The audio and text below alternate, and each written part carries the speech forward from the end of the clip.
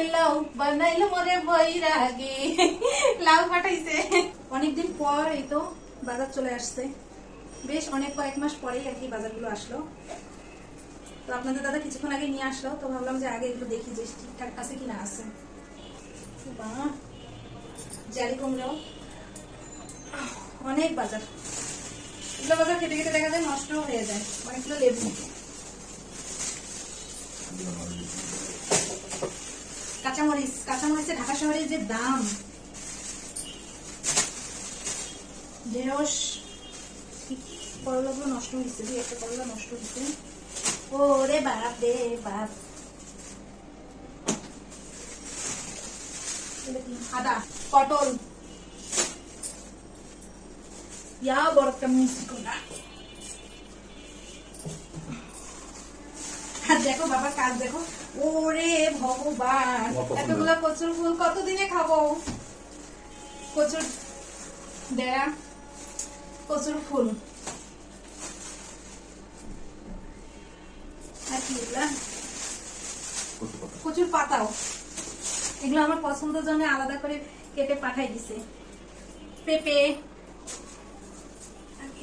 আর একটা জালি কুমড়া। ওই যে এগুলো না দেখা যায় পাঠাই দিলে নষ্টই হয়ে যায়, দাগ পরে। বেগুন, এগুলো তো সব বাঁচতে হবে প্রাণ না। হ্যাঁ, সব আলু কচু সব একসাথে। দেখি এটা কি দিছে। সাদের লাউ বানাইলো মরে বৈরাগে লাউ ফাটাইছে, একটু নষ্ট হয়েছে আর কি। আর এগুলো বাকিগুলো সব পাঠায় মানে ঢালতে হবে, কারণ এই যে আলু, তারপর উমা আরো লাউ আছে রান্নার। এই দেখো এতগুলা লাউ। এগুলো কি? এগুলো এই যে দেশি আলু, তারপরে বড় আলু, সব এগুলো আর কি ঢালতে হবে।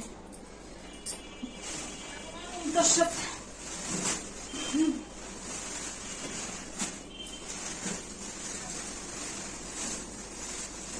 কাঁঠাল, কাঁঠাল, কি সর্বনাশ। কাঁচা অবশ্য, কাঁঠাল দিছে। ওরে ভগবান, কাঁঠালের বিচি, দেশি আলু।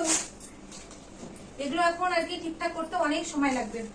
এগুলো সব ঠিকঠাক করি। এই হচ্ছে আমাদের বাজার সদাই, এই হচ্ছে আমাদের পূজা পর্যন্ত বাজার সদাই। দেখা যাবে যে যদি তাড়াতাড়ি খাই তাহলে জিনিসগুলো খাওয়া যাবে, আর বেশি দিন থাকলে জিনিসগুলো একদম নষ্ট হয়ে যাবে। কারণ দুইজন মানুষ এতগুলো বাজার দেখা যায় খেতে খেতে প্রায় লাস্টের দিকে কিছু কিছু জিনিস একদম নষ্ট হয়ে যায়। তো এগুলো এখন আপনাদের দাদা গোছাবে, আর আমিও তার সাথে সাহায্য করবো। যেগুলো ফ্রিজে রাখার দরকার ফ্রিজে রাখবো, আর বাকিগুলো যেগুলো বাহিরে রাখার দরকার সেগুলো বাহিরে রাখবো।